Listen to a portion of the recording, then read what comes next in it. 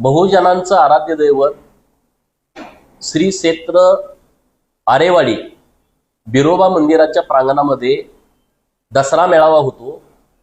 तो घटस्थापना झाल्यानंतर 7व्या माळेला होतो, म्हणजेच 28 तारखेला 7वी माळ येते।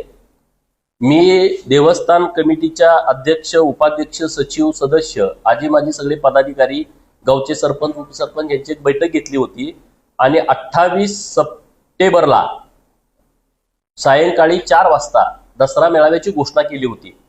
परंतु बीड येथे ओबीसींचा एल्गार मेळावा माननीय ओबीसी नेते मंत्री छगन भुजबळ साहेब यांच्या नेतृत्वात आयोजित केलेला आहे।